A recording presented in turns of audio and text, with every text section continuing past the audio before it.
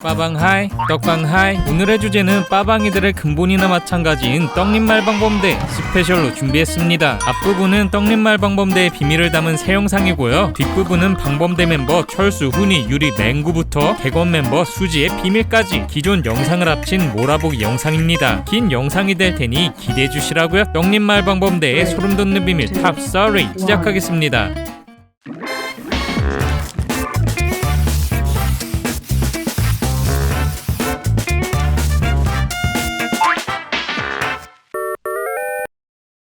주인공인 짱구, 그리고 소꿉친구들인 철수, 유리, 훈이, 맹구 총 5인으로 구성된 떡잎말방범대. 단체 창립자가 무려 짱구였다는 사실 아셨나요? 대부분은 모르시겠지만 시작은 떡잎마을 붉은 팬더단, 붉은 장미 삼총사에 대응하는 방범대로 반쪽 엉덩이 짱구, 울보 훈이, 콧물 맹구로 구성된 3인조였습니다. 이렇게 셋이 간헐적으로 돌아다니다가 짱구의 제안으로 5인조로 재구성, 떡잎말방범대가 탄생하죠. 방범대의 목적은 떡잎마을의 사랑과 평화를 지키는 것. 하지만 하는 일은 공원에서 같이 노는 게 전부인 것 같은데요. 얘네만 없으면 마을에 사고가 없을 것 같죠? No. 애들이라고 무시하면 안 됩니다. 특히 극장판에서는 세상을 몇 번이나 구했는지 웬만한 국가 조직보다 강력합니다. 아미고 편에서의 전투력은 말할 것도 없고요. 어른 제국의 역습편에서는 차량 추격전까지 펼쳤죠. 이런 강력한 힘의 원천, 물론 멤버들이 먼치킨 사기급이기도 하지만요, 강력한 조직력에 있습니다. 얘네들 생각보다 야망이 대단한 게 조직 운영 방향이 뭔지 아시나요? 떡잎말방범대가 있다는 것을 지구 모든 사람들이 알 수 있도록 스케일이 커져야 한다라고. 이렇다 보니 시스템도 웬만한 조직 뺨치기 체계적입니다. 먼저 단가를 부를 땐 차렷 자세로 경건하게 부르는 게 규칙이죠. 구호도 있습니다. 거기에 어느 조직에게나 필수인 비밀기지도 있지, 비밀기지 관리 직원도 있지, 조직의 배지, 규정집까지 있습니다. 규칙도 참 디테일한데요. 먼저 떡잎말방범대의 대원으로서 부끄럽지 않은 행동을 한다. 가장 중요한 1조 1항, 어떠한 사항이든 다수결로 정한다. 2항, 결정된 사항은 지킨다. 그렇게 나온 필수규칙. 리얼 소꿉놀이는 일주일에 한 번이나 그 이하로만 한다이죠. 물론 제대로 된 규칙도 많습니다. 1조 3항, 길을 걸어갈 때는 옆으로 늘어서지 않는다. 5항, 횡단보도를 건널 땐 오른손을 들고 건넌다. 2조 4항, 쓰레기를 발견하면 반드시 줍는다. 3조 5항, 도시락을 먹을 때는 편식하지 않는다. 와우, 떡잎말방범대가 강력한 이유, 이런 탄탄한 조직력에 있었네요. 비밀 조직의 필수 조건, 바로 비밀기지이죠. 다 좋은데요, 하필 그곳이 최성화 선생님의 집이라는 게 문제입니다. 짱구가 엄청 비밀스러운 곳이 있다고 데려간 이곳. 다들 짱구 아이디어에 감탄을 했는데요. 선생님 집이 비밀기지일 거라고는 아무도 상상하지 못할 거라면서 박수쳤다는. 선생님은 졸지에 방범대 관리인으로 전락. 평화로운 주말 아니면 쉬는 시간마다 집을 뺏기고 맙니다. 프라이버시도 없는데요. 이렇게 해도 선생님이 받는 취급은 이렇죠. 이 집은 주스를 만들어서 오나? 사실상 주스 셔틀인 셈. 어디서 본 것 많아서 쓸데없이 위계질서를 따지는데요. 1조 10항, 방범대 관리인 아가씨는 발언권이 없다. 와, 떡잎유치원 선생님은 리얼 극한 직업이네요. 선생님이 할 수 있는 거라곤 집에 없는 척하기. 가끔 들통나긴 하지만 그래도 성공률이 높아지는 추세이죠. 떡잎말방범대는 이렇게 비밀기지가 없어지는 초유의 사태를 대비해서 제2의 기지들을 물색해왔습니다. 첫 번째로 찾은 곳은 숲속 비밀기지. 유치원생이 무려 텐트를, 그것도 그럴싸하게 만들었는데요. 유리의 폭주로 순식간에 무너졌습니다. 두 번째 비밀기지는 복미소네 집. 복미소는 나는 과거에 상도하면서 즐기는 눈치였죠. 하지만 에어컨도 없지, 히터도 안 나오지. 방범대가 가차없이 퇴짜놓습니다. 세 번째 비밀기지는 수지의 이동식 비밀기지. 여기는 수지가 방범대에 들어가려고 매수한 곳. 동네 CCTV에 DVD에 각종 간식에 없는 게 없었죠. 너무 시스템이 완벽해서 애들이 할 게 없으니 여기도 탈락합니다. 은근 까탈스럽다는. 그리고 가장 최근에 구한 비밀기지가 있었으니 바로 차은주 선생님의 집. 오늘도 아이들은 갈 길을 잃었습니다. 최성환 선생님이 감기로 결근해서 갈 수가 없는 거죠. 남일이 선생님 집에 다시 갈까 했다가 무서워서 금방 포기. 그때 지나가던 차은주 선생님을 발견합니다. 얘들한테 딱 걸렸죠. 결국 다 같이 차은주 선생님 집으로 꼭.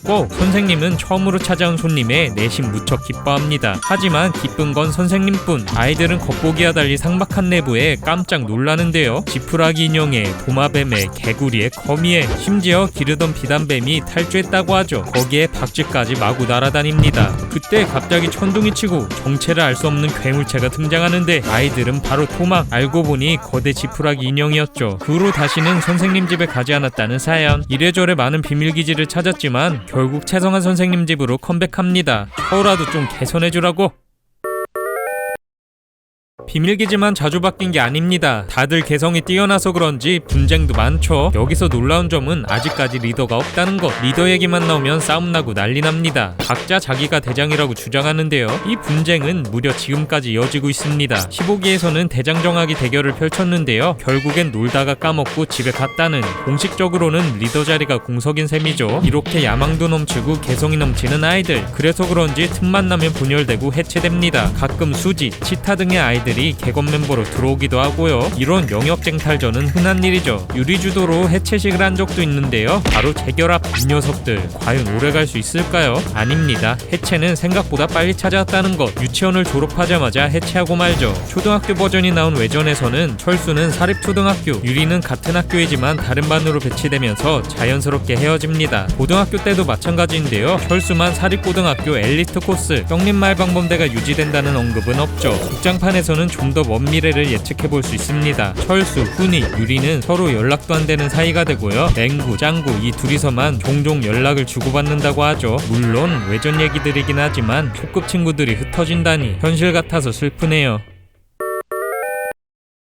그런데 이 조합 어디서 많이 본 조합이죠? 옆 동네 친구들 조합도 그렇고요. 여자가 둘인 점은 다르지만 어린이 탐정단도 그렇고요. 이 동네도 그렇고 이 동네도 그렇고. 사실 떡잎말방범대 조합도 흔한 클리셰입니다. 이건 5인의 법칙. 만화, 영화, 게임 등 5인조로 구성된 팀이 작품의 주역으로 활약한다는 법칙이죠. 구성은 대부분 이렇습니다. 남자 4명, 여자 1명, 혹은 남자 3명, 여자 2명으로 구성되어 있고요. 대부분 자신만의 컬러를 가지고 있죠. 가장 흔한 건 레드, 블루, 핑크, 그린, 옐로우. 레드는 대부분 리더, 열혈적이고 정의로운 성격을 가지고 있고요. 블루는 레드와 대립을 이루는 쿨한 성격, 그린은 소심하고 막내인 특징, 핑크는 홍일점, 옐로우는 덩치가 크고 맏형 특징을 가지고 있죠. 특히 특촬물에서는 거의 100% 이 구성. 대체 왜 이런 구성이 많은 걸까요? 일본 애니에서는 1972년 애니메이션 독수리 오형제가 그 시작이라고 볼 수 있습니다. 워낙 대박이 나다 보니 그 이후 나온 비밀전대 고레인저가 이 공식을 답습. 그 후 슈퍼전대 시리즈로 40년 동안 이어졌죠. 물론 짱구, 도라에몽, 코난 등 장기방영 애니들도 5인 구성을 따르면서 5인 클리셰가 굳어졌습니다. 그러고 보면 떡잎말방범대 고유 컬러와 성격은 이 공식에 딱 맞습니다. 짱구는 레드, 철수는 블루, 훈이는 그린, 유리는 핑크, 맹구는 옐로우. 얘들 대표 컬러에 이런 비밀이 있었다니 뭔가 퍼즐을 맞춘 느낌이네요.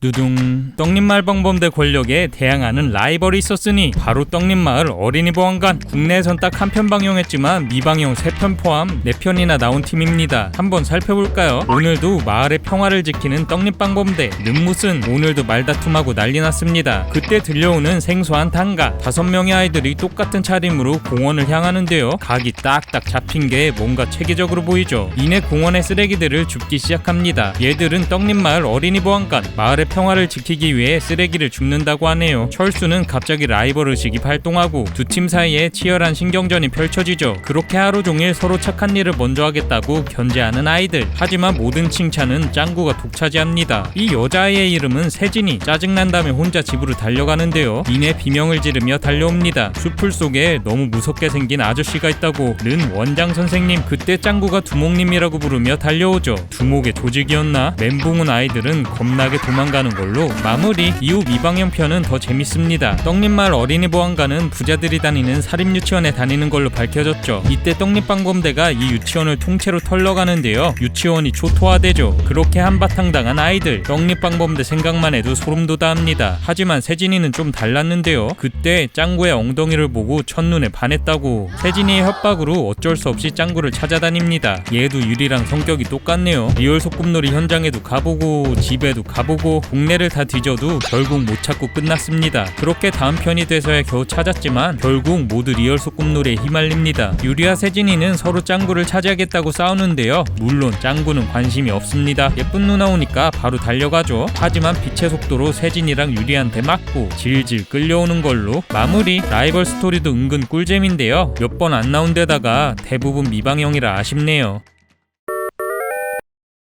유리의 폭주를 막을 유일한 하드카운터 수지. 유리도 견제하려 애써보지만 밀리는 건 재력뿐만이 아니죠. 피구, 수영, 달리기 등 못하는 운동이 없고요. 영어, 프랑스, 독일어 등 제2외국어도 능숙하고요. 무엇보다도 미모가 떡잎말 최고 수준입니다. 처음에 떡잎 유치원에 왔을 때도 짱구를 제외한 모두가 반했죠. 남자애들에게만 인기 있는 게 아니라 여자애들에게도 워너비 수준인데요. 수지가 하면 뭐든지 다 유행이 되죠. 짱구가 한 번은 짝짝이 양말을 신어서 수지도 짝짝이 양말을 따라 신으니 유치원에 유행이 됐고요. 짱구가 양말을 안 신고 와서 따라서 안 신으니 또 유행이 됐습니다. 심지어 화장실 가는 것도 유행. 유리도 처음엔 부들부들하지만 싫은 척하면서 다 따라한다는 게 문제이죠. 이 정도면 인기도 많지, 능력도 좋지. 떡잎말 방범대에 들어가면 대활약할 것 같은데 못 들어가는 이유가 뭘까요? 그건 바로 방범대의 실세 유리 때문. 우리나라에는 미방형 됐는데요. 수지도 떡잎말 방범대에 들어가려고 시도한 적이 있었습니다. 오늘도 한가해 보이는 떡잎말 방범대. 갑자기 새로운 멤버를 뽑아야겠다며 회의를 하는데요. 그때 수지가 등장. 새로운 멤버로 영입시켜달라고 요청합니다.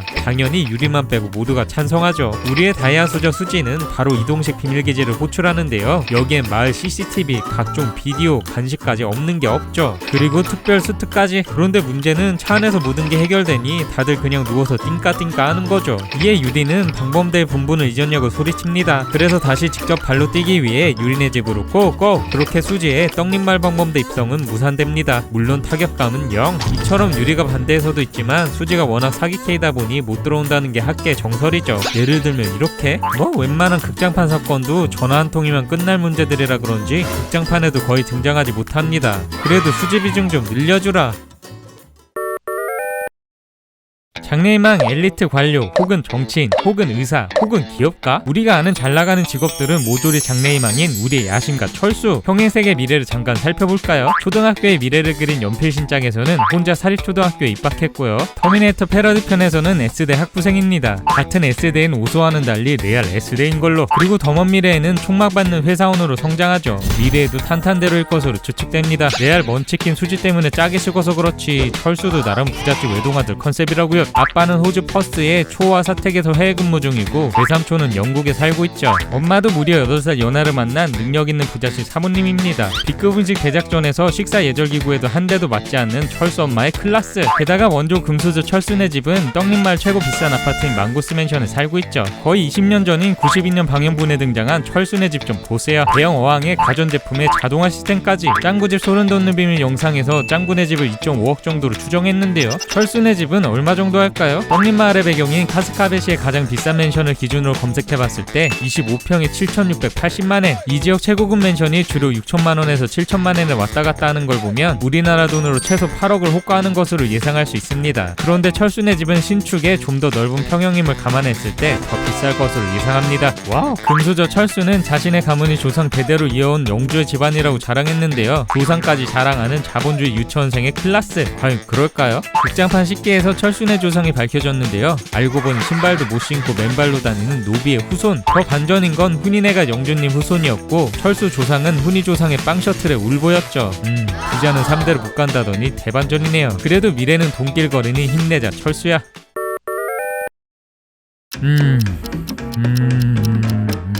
맹구의 평소 속도입니다. 요즘은 그나마 말이 많아지고 행동도 빨라지긴 했지만 떡잎말 방범대에서 주로 공기 역할 아니면 팩폭 역할을 담당하죠. 네, 공기로 막 고디를 팹니다. 그래서 이름도 맹하다의 의미로 포함한 맹구. 사실 이 맹구를 노리고 지은 병명 같긴 하지만요. 그나마 이름 바뀐 게 다행인 게 초기 이름은 연몽청이었습니다. 아 이건 너무한데? 그 다음엔 잠깐 훈이? 아니 맹구한테 왜 이래? 그나마 한국은 대접이 나은 편입니다. 중국어판 이름은 아다이인데요. 뜻이 무려 바보, 머저리입니다. 저번 영상에도 설명했지만 미국에서는 아예 지적장애자라고 부르죠. 이태리판 목소리 한 번 더 듣고 가세요. Una coppia di scoppiati.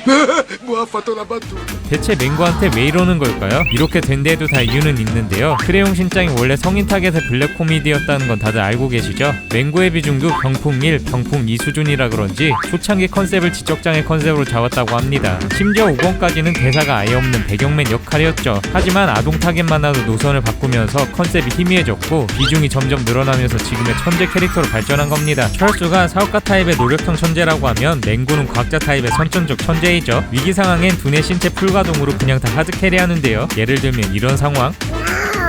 평행세계 미래에선 성공한 과학자가 돼서 혼자 로봇까지 만들죠. 이런 반전 매력에 크레용 신장 공식 홈페이지에서 인기 투표했을 때 떡잎마을 봉범대 중 가장 높은 순위를 차지했고요. 컨셉 바뀐 게 신의 한 수네요. 다른 나라도 맹구 재해석이 시급합니다. 평화로운 오후 집에서 느긋하게 만화책을 읽는 훈이 어디선가 짱구의 목소리가 들려옵니다. 창밖을 보면 어김없이 앞집 가서 훈이를 찾는 짱구. 그리고 물어보면 언제 이사 갔냐고 하죠. 무려 2기 때부터 훈이네 집만 놀러오면 반복되는 패턴. 이 정도면 일부러 그런 거 맞지? 이쯤 되면 드는 궁금증. 훈이네 앞집엔 누가 살까? 훈이네 앞집은 달마다 이사 간다는 게 학계의 정설입니다. 어떻게 된 게 갈 때마다 앞집의 모양이 달라져 있죠. 빨간 벽돌에 갈색 철문이었다가 하얀 철문이었다가 흰색 벽돌에 검은 철문으로 바뀌기도 하고 회색 벽돌로 바뀌기도 하고 나무문으로 바뀌었다가 대문이 아예 사라지기도 하죠. 심지어 같은 기수 방영분인데도 집 모양이 바뀌어 있습니다. 일주일 만에 이사 간 건가? 그럼 대체 여기엔 누가 살까요? 앞집 보살설, 외계인설 등 다양한 설이 있지만 14기에 드디어 앞집의 정체가 밝혀졌습니다. 알고 보니 개를 키우는 평범한 가정이었죠. 앞집 개가 새끼를 다 나눠드린다는 편말이 붙어 있었고 훈이는 그 강아지를 받아 키울 생각이 신나 있었습니다. 그런데 훈이가 받아온 건 의자? 강아지가 아니라 의자를 나눠준다는 거였는데요. 실망해서 방에 들어와서 창밖으로 대화를 들어보니 새끼를 따로 보낼 수가 없어서 거짓말을 친 거죠. 그래 얘들아, 그 집에 있길 잘했다. 아주머니가 훈이 이름을 알고 있는 걸 보니 평소에도 친분이 있던 걸로 추정됩니다. 뭐 지금은 이사 갔을 수도 있겠네요. 떡잎마을의 공식 부르주아 철수. 고급 아파트인 망고스 맨션에 살면서 주로 재력을 담당했죠. 네, 수지가 등장하기 전까지만요. 역대급 먼치킨 다이아 수저 수지의 등장 이후로는 철수 부자 설정을 쏙 하고 들어갔습니다. 수지가 얼마나 부자냐면요, 짱구네 집 크기가 인형방만 하다고 얘기했었고요. 정문에서 현관까지의 거리가 리무진으로 10분인데 시속 30km 기준으로 했을 땐 최소 20km입니다. 20km면 직선 기준 강남에서 분당까지의 거리인데요. 수지 1cm 자란 기념 파티에 초대받은 아이들이 마당에서 조난당해서 정원 레인저부대가 수색하기도 했습니다. 마당 크기만, 그것도 별장이 이 정도이니 말 다 했죠. 한 번은 프랑스로 전학 가려고 마음을 먹었을 땐 구하기도 힘들다는 수직 이착륙 비행기가 등장하고 프랑스 대통령이 환영 전화를 걸어오기도 했죠. 집에는 세계적 파티시에들이 상주하고 있습니다. 최근 방영분엔 취미로 만들어 놓은 인공 해변까지 등장했죠. 와우! 이쯤 되니 궁금해지는 수진의 부모님. 맹구 부모님처럼 베일에 쌓여있는데요. 정말 부모님이 존재하기는 하는 걸까요? 계속 그 꼬맥에 아버지 관련 협박을 하는 것 보면 존재하는 건 확실합니다. 엄마도 뒷모습으로 잠깐 등장한 적이 있었죠. 신에너지 개발 사업도 한다고 하고 참새백화점이라는 것도 운영한다고 한 걸 봤을 땐 영국에서 여러가지 사업에 투자를 하는 세계적 투자자로 유추할 수 있습니다. 자산 규모를 봤을 땐 워렌 버핏급은 되어 보이네요. 역시 떡밥 천국, 떡밥은 못 말려. 언젠가 수지 부모님에 관한 비밀도 풀리면 꿀잼이겠네요. 이렇게 탄탄대로의 금수저인 철수에게도 시련이 있었으니 바로 벨붕 끝판왕 다이아 수저 수지의 등장입니다. 원래 고급붓, 최신형 컴퓨터, 초고급 맨션 등 비싼 물건을 뽐내거나 자랑하는 건방진 부잣집 도련님 컨셉이었는데 별장만 3천억 원, 수지 앞에서는 또르르. 하지만 포지션 뺏긴 게 다행인 게 초반부에는 성격 때문인지 인기가 별로 없었습니다. 철수 어록 보세요. 철수의 포지션은 해바라기 반 버전 치타 아니면 해리포터의 말포이 수나 버전 정도였죠. 그렇다 보니 제작진 측에서는 분위기 전환을 위해 짱아를 투입시키면서 네임드 캐릭터 중 희생양으로 철수를 하차시키려 했습니다. 이 시기를 짱아 대첩이라고 하는데요. 짱아 태어난 시점으로 짱구 아빠가 담배를 끊는 것으로 시작해서 전 연령 애니로 바뀌고 짱구 포함 많은 캐릭터의 성격도 바뀌었습니다. 거기에 무궁화반 선생님, 영양사 선생님 등 다양한 캐릭터들이 소리 소문 없이 사라지고 차은주 선생님 등 새로운 캐릭터들이 등장했는데요. 이때 같이 사라질 뻔한 거죠. 이게 바로 짱구 감동 탑5에서도 소개한 전설의 에피소드 철수와 이별의 요편. 아빠의 장기 출장으로 인해 미국 뉴욕으로 지옥으로 떠나는 설정으로 이 에피소드를 끝으로 하차하는 계획이었습니다. 그리고 후임으로 새로운 멤버를 영입하려 했다고 하죠. 하지만 제작진이 마음을 바꿔 아버지 출장이 취소되고 유치원으로 다시 복귀하는 걸로 철수 계획은 무산되었다고 합니다. 완전 신의 한 수이네요. 이때부터 부잣집 도련님에서 성격이 조금씩 바뀌더니 수지의 등장으로 부잣집 타이틀은 그대로 짜게 식습니다. 대신 성공력전은 예의 바른 우등생으로 바뀌면서 입시교육에 대한 풍자를 담당하게 됩니다. 겉으로는 완벽주의자처럼 보여도 알고 보니 가장 아이 같은 반전 매력의 팬들을 마구 끌어모으는데요. 여기에 짱구와의 찐우정 레전드 에피소드들이 등장하면서 명실상부 인기캐로 자리매김합니다. 이 쩌는 짱철 커플을 못 볼 뻔했다니 다행이네요.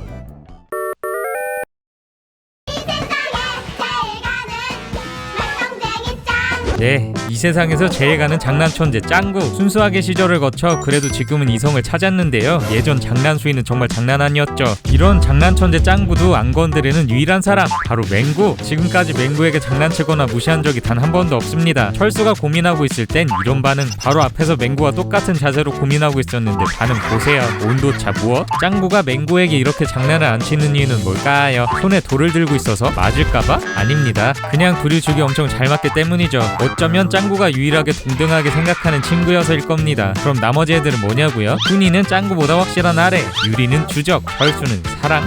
짱구의 4차원 행동에도 무시하지 않고 유일하게 공감하는 게 맹구인데요. 술래 없는 술래잡기, 상상 축구, 나무늘보놀이, 소울메이트 맞습니다. 어렸을 때 처음 보자마자 서로 통했죠. 이렇게 잘 맞다 보니 미래에도 짱구와 유일하게 연락하는 친구가 맹구입니다. 18기 극장판을 보면 철수, 훈이, 유리와는 연락이 끊겼는데 맹구와는 지속적으로 연락한 듯한 뉘앙스를 주죠. 역시 인연이 오래 가려면 잘 맞아야 하나 봅니다.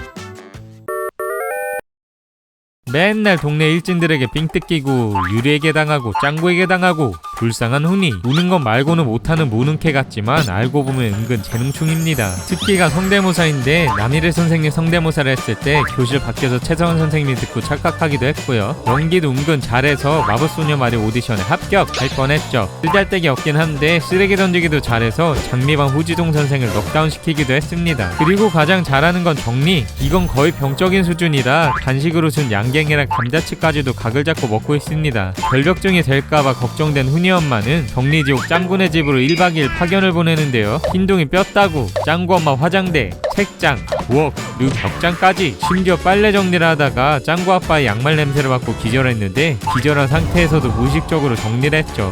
이건 좀 무서운데? 정리 습관 때문에 골로 갈 뻔한 적도 있습니다. 한 번은 짱구네 집에 놀러 갔는데 오늘도 어김없이 싸우는 이 모자. 신나게 싸우다가 집을 난장판을 만들죠. 바닥에 떨어진 케이크를 치우다가 훈이를 짱구로 착각한 짱구 엄마에게 주먹 돌리기를 당하는데요. 와우, 죽을 뻔했네요. 구하기 힘든 레어한 장면이죠. 오늘의 교훈, 과한 정리는 목숨을 앗아갈 수 있습니다. 내가 이래서 정리를 하네요.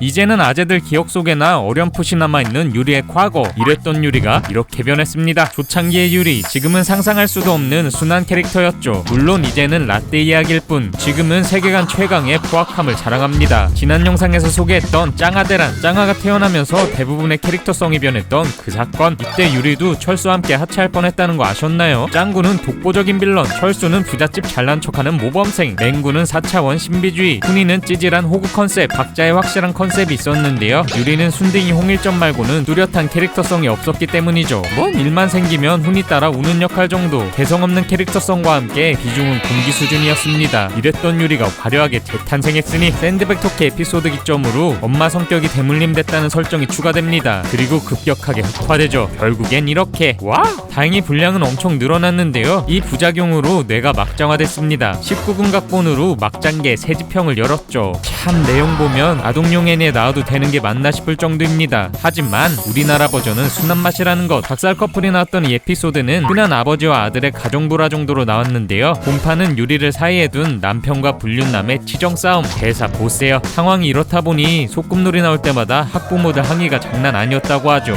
심지어 방통위 경고까지 먹었다고. anyway, 욕은 먹고 있지만 캐릭터성 하나는 야무지게 챙긴 유리. 여기엔 비밀이 하나 더 숨어 있습니다. 유리 흑화의 원흉이 철수라는 사실 아셨나요? 원래는 평범한 소꿉놀이를 하던 유리. 철수가 시시하다며 좀 더 리얼한 설정을 넣으라고 훈수를 뒀죠. 그 이후 돌이킬 수 없는 결과가 사실상 원인 제공자나 마찬가지인 셈입니다. 유리 흑화의 흑막이 철수였다니 충격이네요.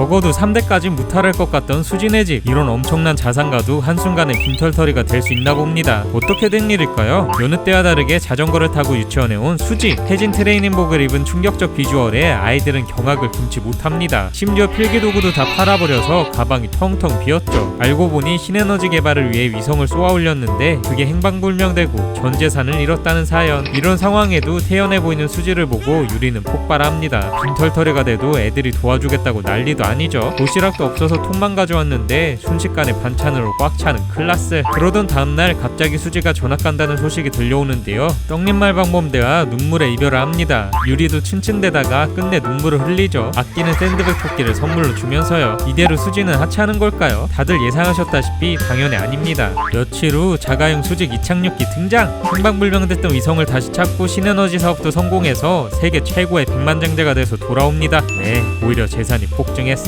와? 그래도 하나 확실해진 건 유리는 수지가 빈털터리 돼도 이길 수 없다는 거. 그리고 생각보다 서민생활 적응도 잘할 것 같은 게 전골 덕후이죠. 한 번은 짱구 엄마가 어묵을 너무 많이 사놔서 전골 파티를 한 적이 있는데 맛보더니 감동 먹어서 첫 어묵에 감동 파티를 열기도 했습니다. 유리는 또다시 분노. 유리는 수지를 언제쯤 이길 수 있을까요? 짜자잔, 성공한 덕후 빠키의 짱구 굿즈들 부드스. 하지만 철수 앞에서는 명함도 못 내밉니다. 철수의 덕질 역사는 엄청난데요. 소녀마법사 마리 때부터 덕후 조짐을 슬쩍슬쩍 보이더니 액션 가면 에피소드도 아닌 척하면서 싹 깨는데요. 마법소녀 프린세스로 갈아타면서 본격 성덕 반열을 오릅니다. 빠키 피셜 덕질은 총 4가지 단계로 나눌 수 있는데요. 1단계 입덕 초기, 삶에 큰 영향을 주지 않는 선에서 피규어, 열쇠고리, DVD 등의 캐릭터 상품을 모으는 단계입니다. 그냥 취미활동인 거죠. 철수의 프린세스 사랑 한번 보실까요? 2단계 식덕, 의식주의 가장 원초적인 욕구인 식, 즉 음식을 점령하는 단계입니다. 프린세스 푸딩, 프린세스 케이크, 그리고 캐릭터 도시락까지 밥 먹는 시간까지 프린세스 덕질을. 3단계 주덕, 본격적으로 모든 방까지 점령하는 상황인데요. 방 안에 포스터, 피규어, 등신대로 가득 차 있고 자기 전에도 인형을 끌어안고자 하는 단계입니다. 이게 심해지면 미래에는 이렇게 되는 거죠. 와, 근데 이건 부럽다. 그리고 마지막 대망의 4단계 의덕, 덕질의 끝판왕이라고 불리는 옷 점령 단계. 코스프레로 그 캐릭터와 일치화되는 겁니다. 네,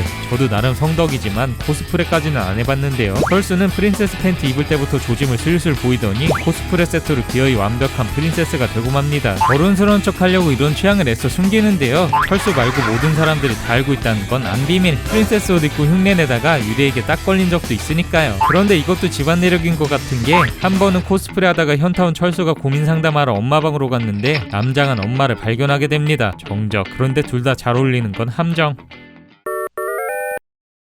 맹구의 트레이드마크, 바로 이 콧물. 눈이랑 코만 변했는데 다들 맹구로 보이는 이 배지. 하지만 콧물이 있다고 다 같은 맹구는 아니죠. 맹구알, 맹구 콧물은 다른 콧물과 다르게 맑고 투명한데요. 콧물이 없어졌던 날엔 삶의 의미를 잃었다고 상심하고 무게중심을 잃어서 비틀거리기까지 했습니다. 그럴만한 게 이건 그냥 콧물이 아니라 배농 수준이죠. 콧물 엘리베이터, 콧물 무지개, 이런 하급자 모드부터 콧물 가위바위보, 콧물 수비, 콧물 뻑. 극장판에서는 콧물로 악당도 물리치죠. 콧물 상태에 따라 맹구 기분도 할 수 있는데요. 기분이 좋을 때는 프로펠러처럼 빠르게 회전하고, 술 땐 얼고, 설렐 때는 좌우 흔들리죠. 그리고 설렘 치사량을 넘었을 땐 코피도 흘립니다. 술래잡기를 하는 짱구와 맹구. 최성환 선생님 집으로 술래잡기 하러 들어갔는데 하필 그때 선생님이 목욕하고 자연인 상태로 나왔죠. 바로 코피 팡! 이때부터였을까요? 맹구의 이상형 소나무 취향은 계속됩니다. 한 번은 코를 풀어주는 나미리 선생님한테 반해서 청혼을 하기도 했었죠. 물론 성인이 된 15년 후에 다시 오라고 거절당했지만요. 맹구가 20살이면 나미리 선생님은 39살? 와,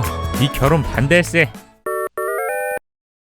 정리정돈도 잘하긴 하지만 훈이가 가장 잘하는 건 만화 그리기이죠. 평소에도 만화 그리는 게 취미라 고등학교 편에서도 만화 연구회에 들어가서 열심히 만화 공부를 하던 훈이 장래희망이 조소를 부리는 대형 만화가이기도 합니다. 과연 꿈을 이뤘을까요? 폭풍을 부르는 나의 신부 극장판에서 훈이의 미래가 공개됐죠. 현실은 편의점 알바생. 만화가가 되긴 했지만 연재 3주 만에 잘리고 편의점에서 아르바이트를 하고 있는 모습이 나오는데요. 성격도 바뀌어서 입에 욕을 달고 삽니다. 흔한 훈이의 현실 부정. 한 에피소드에선 유리가 그렇게 겁이 많아서 어른 되면 어쩌려고 라고 묻자 국가에서 주는 돈을 받으며 살 거라는 패기 있는 대답을 하기도 했죠. 말이 씨가 됐네요. 이보다 충격적인 건 아내가 유리라는 거. 물론 평행세계 미래인데다가 운석 충돌로 물거품이 되긴 했지만요. 부부로 나오는 설정이 많아서 거의 공식 부부나 다름없는데요. 유리와의 결혼설을 반대하는 입장도 많습니다. 여장도 자주 하고 은근 남자랑 자주 엮이죠. 예를 들면 짱구. 한 번은 길 가다 산책하는 아이에게 홀딱 반했는데요. 헐수 맹구 짱구의 도움으로 용기 내서 쪽지를 전달했는데 이름이 박동훈, 남자아이였죠. 평소에 여장도 좋아하더니 훈이 너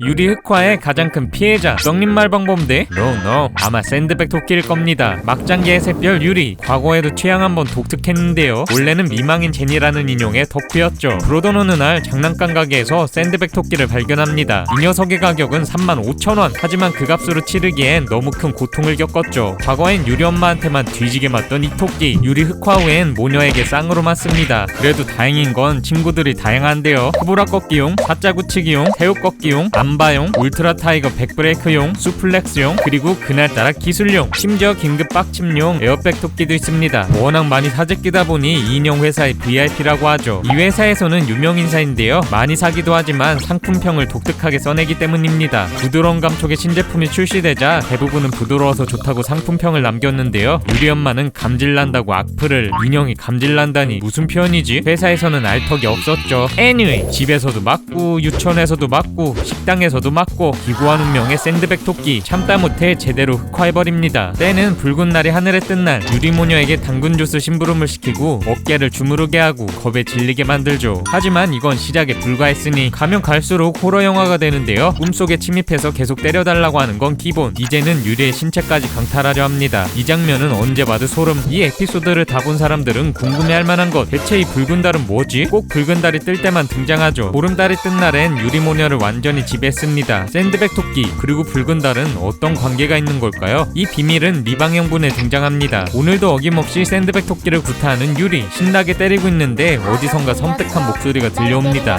유리는 깜짝 놀라서 경악, 뒤로 까당하죠. 샌드백 토끼는 말을 이어가다가 충격 사실을 고백합니다. 나는 외계인이라고. 그리고 초록빛과 함께 하늘로 승천, UFO를 타고 날아가죠. 결론은 샌드백 토끼는 외계인, 붉은 달은 외계 종족의 증표가 아닐까 킹리적 가심을 해봅니다.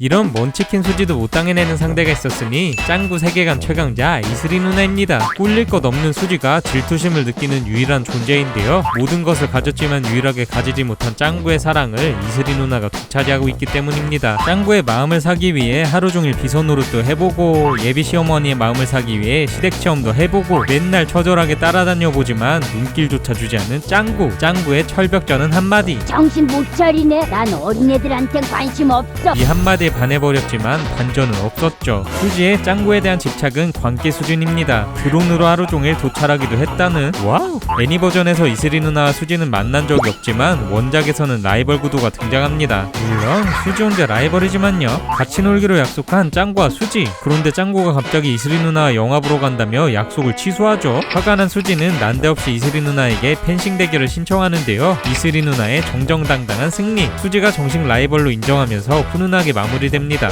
이슬이 누나의 마지막 발언도 심쿵이죠. 최근에는 이슬이 누나가 사고당할 뻔한 수지를 구해주는데요. 멋진 모습에 반해서 재장영입을 신청하고 같이 저녁 요리를 만들기도 했습니다. 짱덕들의 절대적인 지지를 받는 짱수 커플. 과연 수지의 눈물겨운 짝사랑은 이루어질 수 있을까요?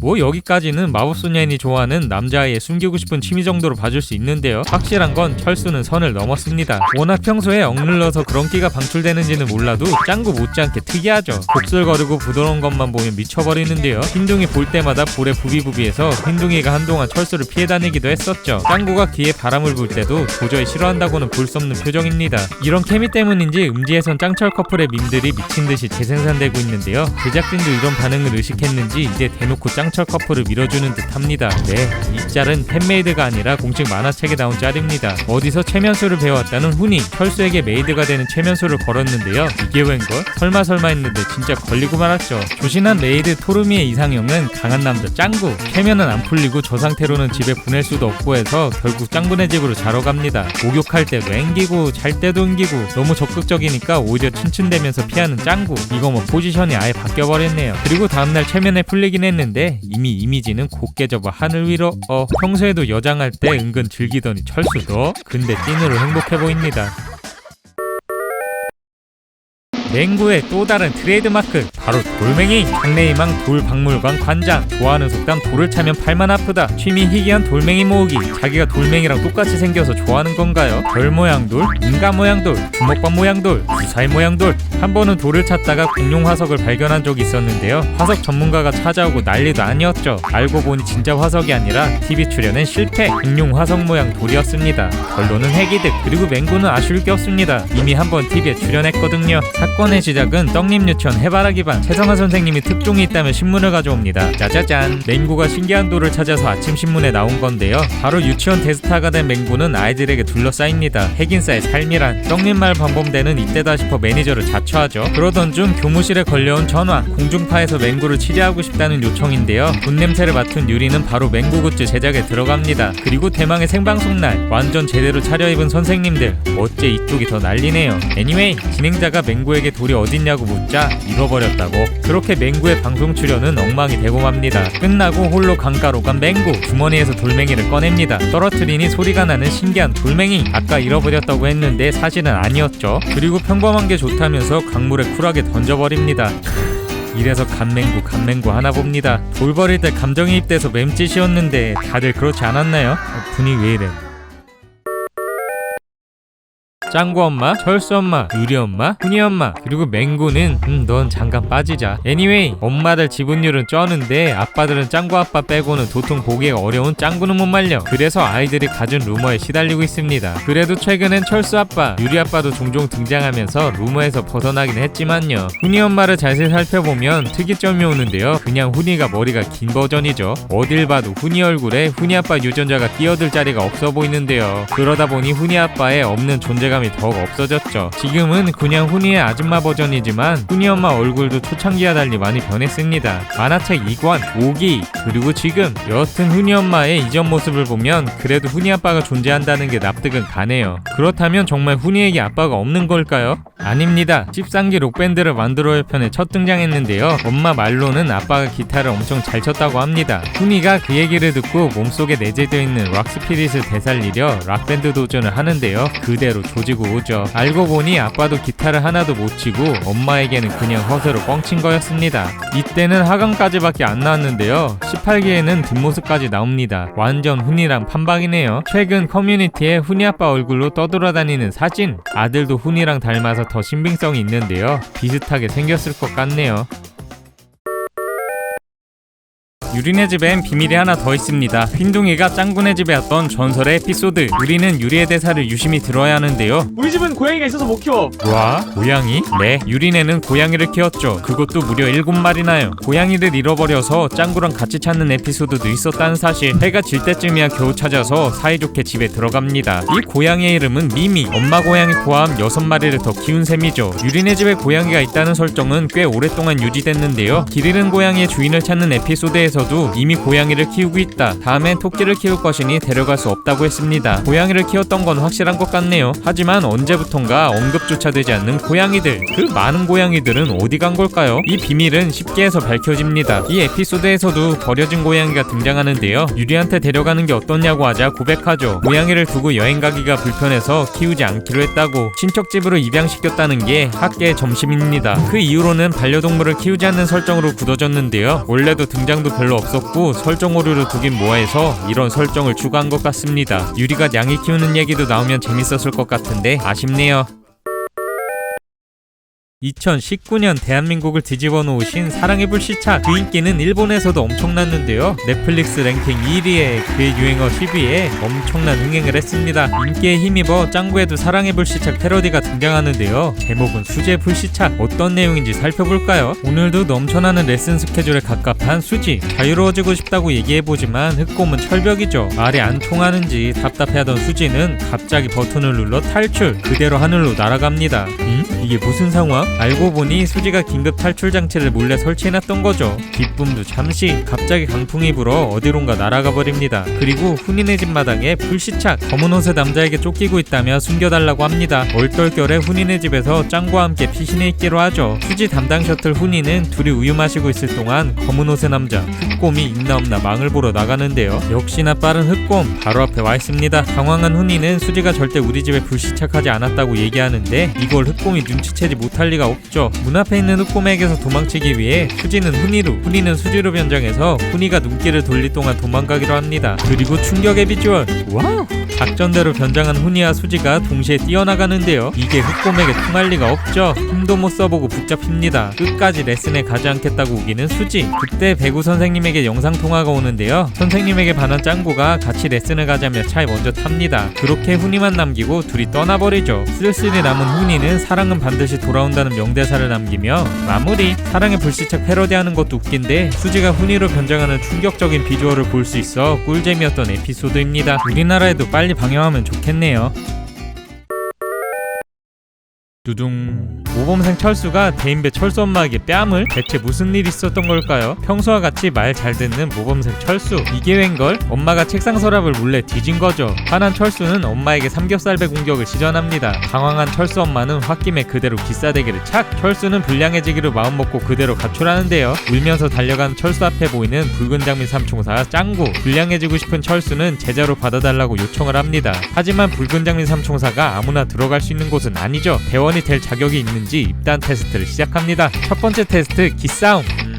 와, 예기치 않게 철수의 첫 키스를 목격했네요. 두 번째 테스트 적에게 일침을 가하는 명대사. 구구절절 길고 쿨하지 못해서 역시나 실패. 그리고 세 번째 테스트. 갑자기 뭐든 할 수 있냐고 물어보는 용숙대장. 철수는 바로 네라고 대답합니다. 철수에게 돌아온 건 부모님을 때릴 수 있냐는 질문. 내적 갈등 끝에 철수는 네라고 하지만 바로 테스트에서 실격합니다. 그리고 이어지는 용숙대장의 명대사.